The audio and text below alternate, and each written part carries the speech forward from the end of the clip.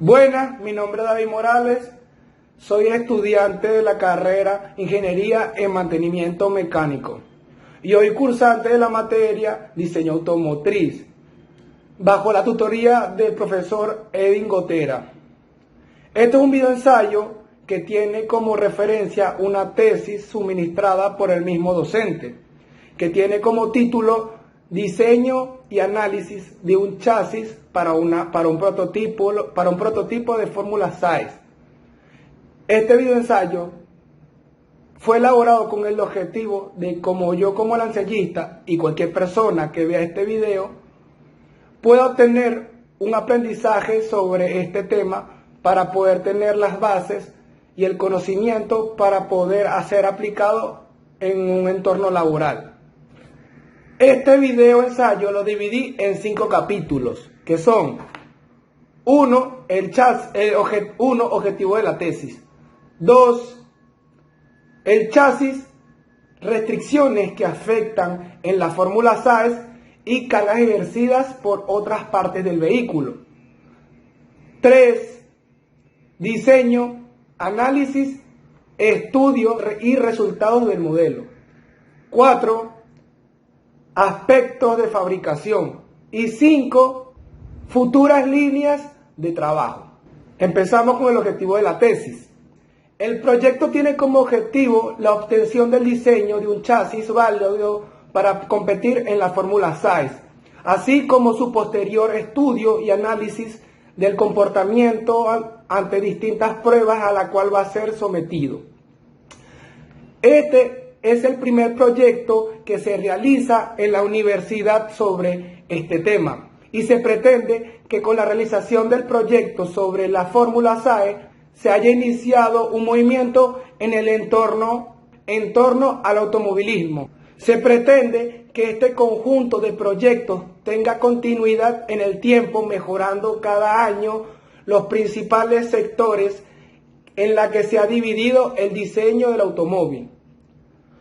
A forma de resumen, el objetivo de esta tesis es la obtención, el diseño de un chasis válido para poder competir en la Fórmula 6, así como el estudio de su respuesta ante distintas cargas y pruebas a la cual va a ser sometido por la organización.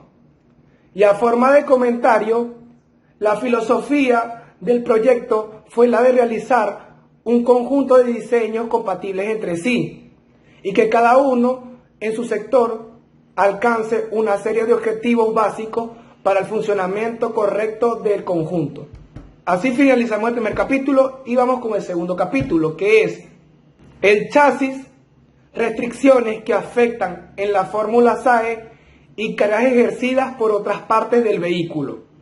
El chasis de un vehículo es la estructura en la que se montan y se sujetan los demás componentes, soporta sus cargas y ofrece una resistencia y protección en caso de accidente.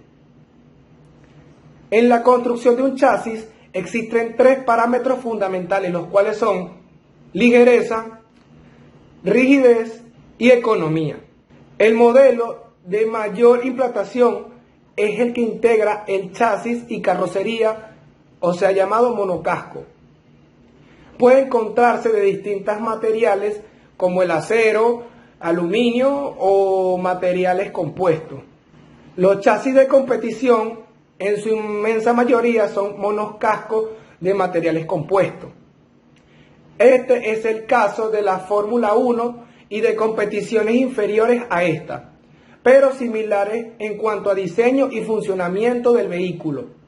En las competiciones de la Fórmula 6 se encuentran diversos tipos de chasis. Las universidades que disponen de un presupuesto alto y que cuentan con una experiencia de varios años en competiciones optan por, en algunos casos, el monocasco de fibra de carbono. Las estructuras más comunes de la Fórmula 6 son las tubulares de acero. Este tipo de estructuras ofrecen una buena respuesta a los esfuerzos. Restricciones que afectan el chasis en la Fórmula 6. Como en toda competición, en la Fórmula 6 existe una serie de especificaciones que vienen dadas por parte de la organización.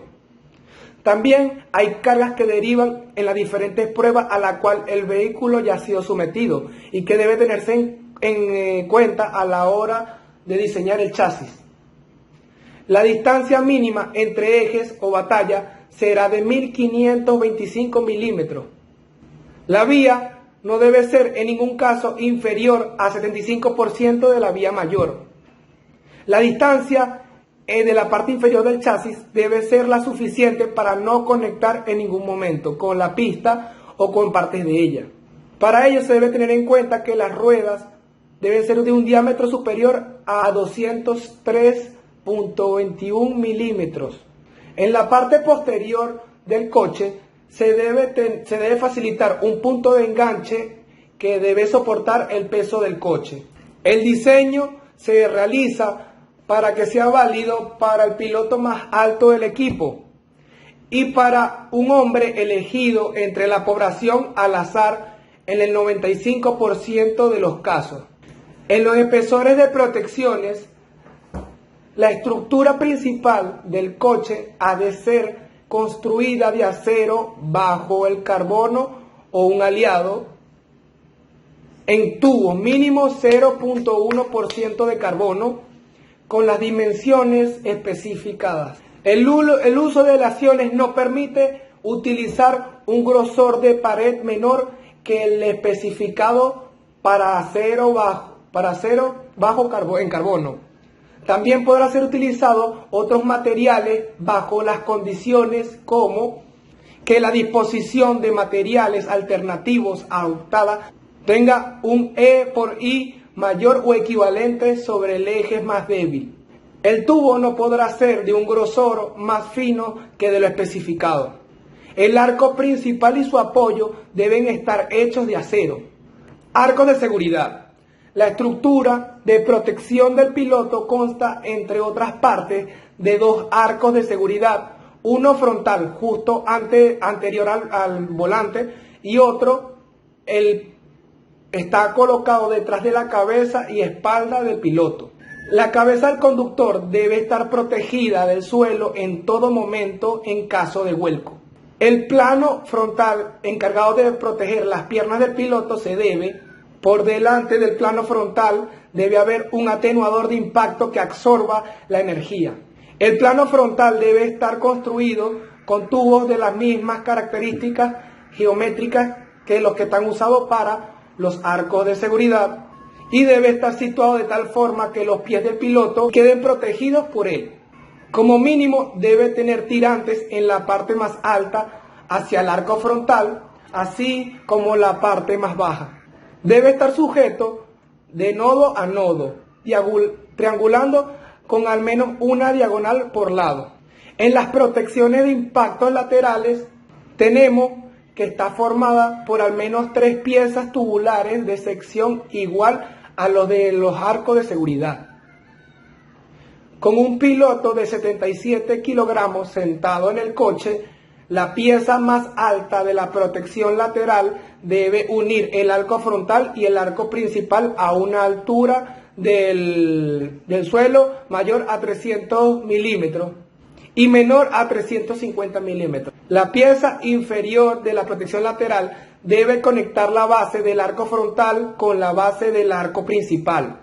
Con la adecuada triangulación y el estudio es posible construir las piezas con más de un tubo. Ahora, cargas ejercidas sobre el chasis por otras partes del vehículo. El chasis es la estructura principal de un coche y por lo tanto es la parte del vehículo que tiene que soportar los esfuerzos que ejerce el resto de los componentes del vehículo. Al analizar a fondo un chasis y su comportamiento real, hay que prestar atención a la serie de reacciones en las que él se ejerce en situaciones estáticas y en comportamiento dinámico en pista. Las suspensiones. Las ruedas, por medio de las suspensiones, es una de las principales cargas que tiene que soportar un chasis. Muchas veces estas cargas ejercen un par torsional en el chasis y la rigidez de la estructura a esta torsión condicionará en gran parte el comportamiento del coche en pista. Masas del vehículo.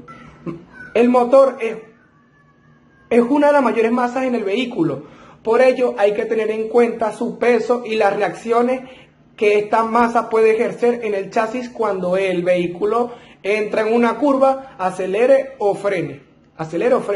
Más masas que se deberán tener en cuenta a la hora de diseñar el chasis son la batería, que tendrá un peso aproximado de 9 kilogramos, el depósito de combustible, el piloto, que los cálculos se realizarán con un piloto de 75 kilogramos. Esta supone la masa más importante del vehículo. Luego tenemos el diferencial, que estará situado en la parte posterior del vehículo, y los ejes de las ruedas, así como los distintos elementos de transmisión y dirección. Ahora venimos con el carenado. El carenado es otra parte del vehículo a tener en cuenta, tanto por su masa como por las fuerzas que ejerce el viento a través de él. A forma de resumen, el chasis es la estructura principal en la que se montan y se sujetan los demás componentes del vehículo. Y por lo tanto, es la parte del vehículo que tiene que soportar los esfuerzos que ejerce el resto de los componentes de este. Habrá que prestar atención a la serie de reacciones que en él se ejerce. Como en toda competición, en la Fórmula SAE existe una serie de especificaciones que vienen dadas por parte de la organización y de las cuales es importante conocer para poder cumplir con las normas establecidas por dicha organización. A forma de comentario, de esta forma se adquiere una idea general que hacia qué punto se enfocan los estudios del chasis en la Fórmula SAE y las posibilidades que se barajan en esta competición. Venimos con el capítulo 3, que es el diseño, análisis y resultados del modelo. El diseño de un chasis tubular. En este capítulo se introducirán cuáles son los parámetros que se deben optimizar para poder mejorar el comportamiento del chasis. Criterios de rigidez. Hay que comprobar que bajo las fuerzas y solicitaciones actuantes, los desplazamientos y deformaciones de la estructura no van a sobrepasar un cierto límite. Tenemos la rigidez a flexión, que el coche va a estar sometido a unas cargas que tienden a deformar el chasis cuando el automóvil se apoya en las suspensiones. Y rigidez torsional. El coche también va a estar sometido a cargas que generan torsión sobre su eje longitudinal. Luego venimos con la distribución de masas. El chasis es una de las masas más importantes del vehículo, pero por otro lado, el diseño del chasis determina dónde va a estar situado el resto de componentes del vehículo. Criterios sobre el espacio. Los siguientes puntos hay que tener en cuenta, ya que en algunos casos pueden actuar como restricciones. Debe considerarse cierta facilidad de acceso a las partes mecánicas del motor o del vehículo para poder actuar en caso de avería. Se debe cumplir la restricción de la organización en cuanto al espacio destinado al piloto. Es necesario comprobar que la línea de visión del piloto está por encima del arco frontal del chasis. El piloto debe ser capaz de salir del coche en un tiempo inferior a 5 segundos. Ahora, criterios sobre costos. Al contar con un presupuesto limitado, es necesario disminuir los costes lo máximo posible, buscando los mejores precios en materiales aceptados por la organización y utilizar los diámetros más exactos en cuanto a tubo se refiere. Análisis y estudio del modelo. En este capítulo se va a exponer cuál será la metodología en la cual se llevará a cabo el proceso de diseño y estudio del chasis. Obtención de un modelo base. El primer paso que se debe dar tras haber realizado el estudio de las condiciones de la organización que afectan al chasis, se va a llevar a la práctica la información adquirida realizando un primer diseño en donde consta simplemente estos tubos, utilizando como base para el desarrollo futuro del vehículo. Según norma de la organización, las partes que debe tener un chasis son arco principal, arco frontal, tirantes del arco frontal, plano frontal, soporte del plano frontal, protecciones laterales, tirantes del arco principal. Y el paso siguiente es realizar un croquis del motor que se va a utilizar localizando los puntos de enganche para poder integrarlos en el chasis. Una vez obtenidos los puntos de enganche del motor y las medidas del mismo, se comienza a diseñar la parte trasera del vehículo. El motor es el que determina las dimensiones de la parte trasera del vehículo. Respecto de la parte delantera, se comenzará examinando la parte del chasis que cubre y protege las piernas y la zona de la cabina. Y se decide poner un tirante que uniera el arco principal con el arco frontal sobre las protecciones laterales por dos motivos.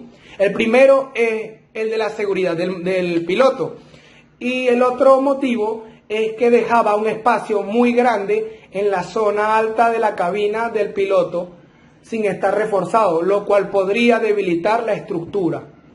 Para las secciones se ha consultado el catálogo de una empresa fabricante y distribuidora de tubos de acero, que son utilizados para distintos usos industriales y mecánicos. Y así se ha obtenido un chasis base que será sometido a diferentes pruebas para poder conseguir los puntos más débiles e intentar mejorarlos. Comprobación de la altura de los arcos de seguridad. El proceso que se siguió fue el de dar una altura inicial a los arcos que pareciese razonable y reducirla o aumentarla al comprobar las distancias de seguridad que son exigidas por las normas de la organización. En este apartado se muestra la comprobación teórica de que las medidas finales adoptadas cumplen los requisitos. Prueba de diseño. En este capítulo se va a explicar cuáles son las pruebas a la cual se va a realizar el estudio del chasis y cuáles son las variables que hay que tener en cuenta en cada una de ellas para poder analizar los resultados del vehículo. Por medio de simulaciones podemos tener una idea del comportamiento de nuestro diseño y poder ajustarlos a la realidad. La prueba de remolque. Una de las especificaciones de las normas es que el chasis debe de tener un tubo auxiliar situado en la parte trasera de la estructura cuya finalidad es la de servir como punto de enganche en caso de accidente o para mover. La prueba de frenada. Esta se realiza poniendo unos apoyos fijos en los ejes de las ruedas y simulando la gravedad y la inercia de frenada. La prueba de aceleración. Esta prueba es idéntica a la de frenada, con la que se debe tener en cuenta las mismas variables para el análisis del resultado. En este caso, la diferencia radica en que la aceleración es el único eje que transmite fuerza de aceleración. La prueba de curva. El empuje lateral que experimenta un coche a su paso por una curva. Las variables importantes en este caso deben ser las mismas que la de frenada y de la de aceleración. Y los puntos de apoyo se sitúan al igual que de la frenada, o sea, fijos. Resistencia a torsión. La prueba se llevará a cabo sujetando la parte trasera del vehículo y ejerciendo unas fuerzas en la zona parte de la suspensión delantera que deforman por torsión la estructura. Tras el estudio de los resultados de las pruebas descritas anteriormente, se tendrá una idea de lo cercano que está el diseño al objetivo que tenemos y de cuáles son las líneas futuras de trabajo para poder mejorar los parámetros que estén más alejados de los objetivos o niveles buscados. Ahora venimos con la parte de los resultados. En este capítulo vamos a mostrar los resultados obtenidos en el chasis. Resultado del modelo base. En la prueba del remolque, el desplazamiento máximo se obtiene un valor de 1.6 milímetros. En la prueba de frenada, la deformación máxima se obtiene un valor de 0.5 milímetros. En la prueba de la aceleración, el desplazamiento máximo es de un valor de 0.26 milímetros. En la prueba de curva, en este caso, el desplazamiento máximo da un valor de 0.79 milímetros. En la prueba de torsión se obtuvo un desplazamiento total máximo de 16,8 milímetros. En este estudio se ha podido observar cómo el chasis base pasa sin dificultad las pruebas de aceleración, frenada, curva y remolque, pero sin embargo fracasa totalmente en la prueba de torsión. Sin duda es mucho más exigente que las anteriores. Es necesario mejorar el diseño. Diseño final, análisis de los cambios. Sidepod. En la competición de la Fórmula SAE se ha observado coches con sidepod y coches sin ellos. Lo que se ha intentado en este apartado es aprovechar ese aumento en el carenado que probablemente es necesario para colocar elementos funcionales del sistema de refrigeración para poder situar en el interior una estructura que permita aumentar la resistencia del chasis. Secciones. La prueba en la variación de las secciones de los tubos ha sido constante. En este proyecto se ha intentado utilizar únicamente 3 secciones de tubos diferentes, intentando de este modo reducir los costes y facilitar el montaje del chasis. Arco principal. Se decidió aumentar un poco el espacio existente en la cabina, dejando unos centímetros más por si el monoplaza tuviera que ser pilotado por un piloto más corpulento. Resultados de diseño final. Remolque, la deformación máxima en la prueba de remolque obtuvo un valor de 1,7 milímetros. En la prueba de frenada, el desplazamiento máximo se obtuvo un valor de 0,5 milímetros. En la prueba de aceleración, en este caso, la deformación máxima se obtiene un valor de 0,23 milímetros. En la prueba de curva, el desplazamiento máximo se obtuvo un valor de 0,5 milímetros. En la prueba de torsión, al someter el chasis final, se obtuvo una deformación máxima de 6,6 milímetros, frente a los 16 milímetros, 8 de deformación que se daba en el chasis base.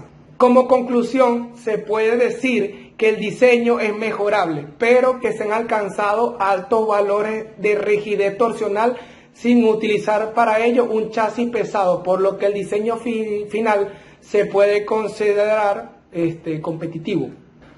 A forma de resumen, en este bloque se introduce cuáles son los parámetros de diseño que se debe optimizar para poder mejorar el comportamiento del chasis, y luego, tras realizar el estudio de las condiciones de la organización que afectan al chasis, es llevar a la práctica la información adquirida realizando un primer diseño en el que conste simplemente los tubos y utilizarlo como base para el desarrollo futuro, y esto se obtiene un chasis base que va a ser sometido a distintas pruebas y que su resultado final podrá determinar cuáles son los puntos más débiles y intentar mejorarlo.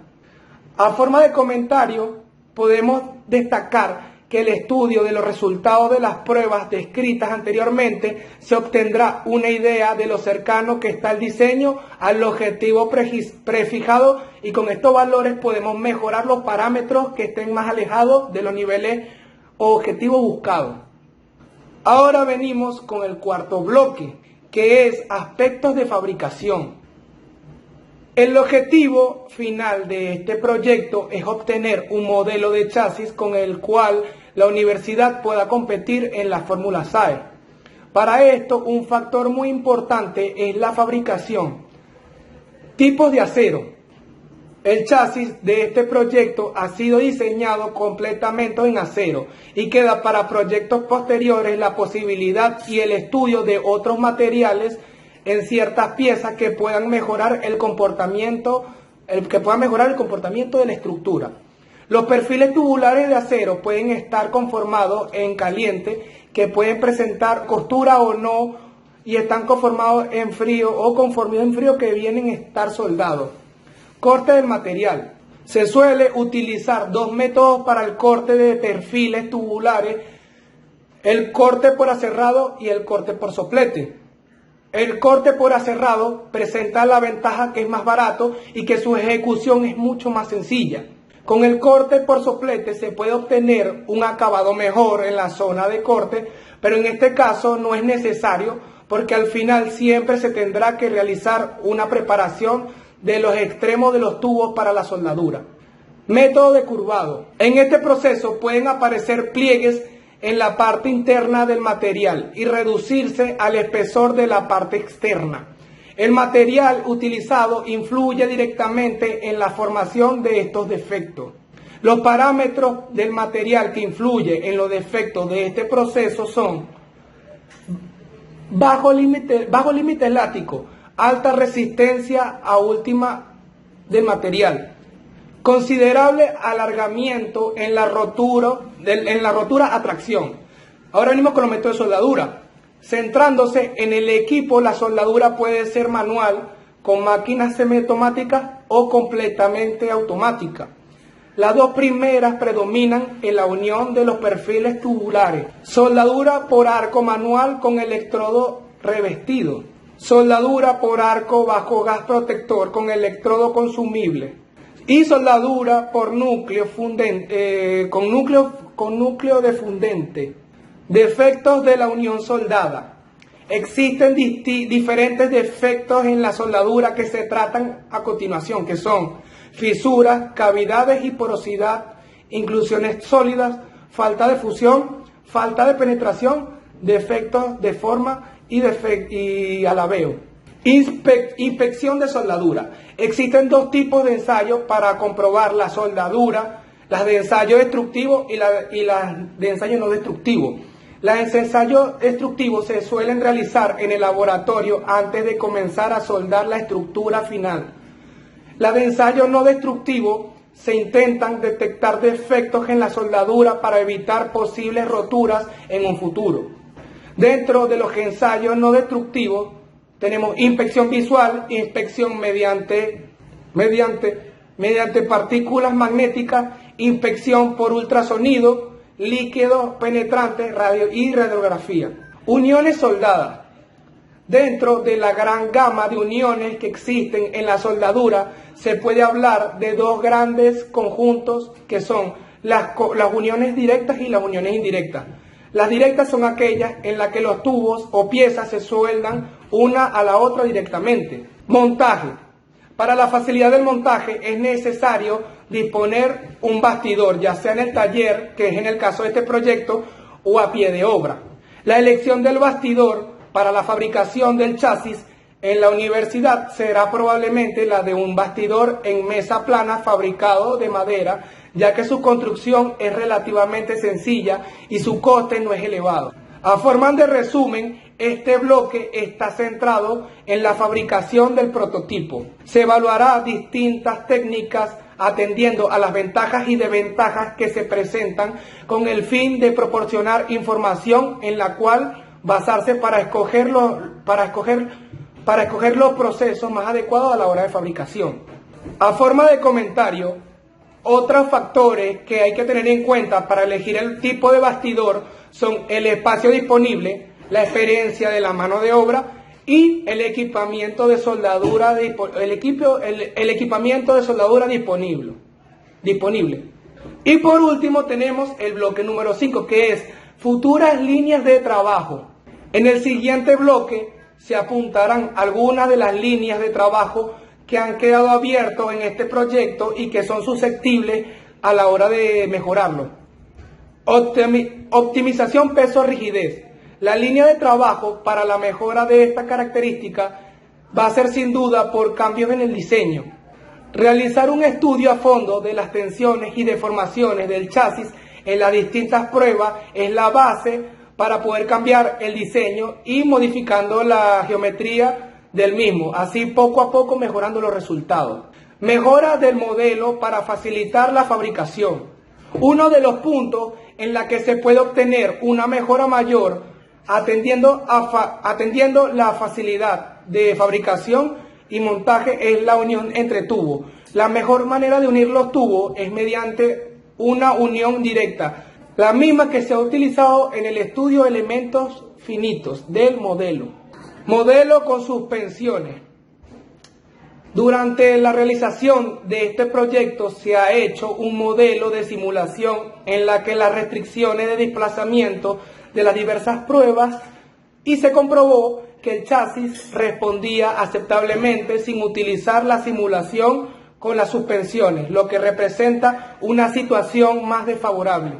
Mejora del mallado de ANSYS. En la fase final del proyecto se ha trabajado en el desarrollo de una simulación en la que el mallado fuese más complejo, obteniendo de este una solución que aporte más información sobre el comportamiento del chasis. A forma de resumen, el diseño es sobre todo la optimización de un chasis y es un trabajo continuo.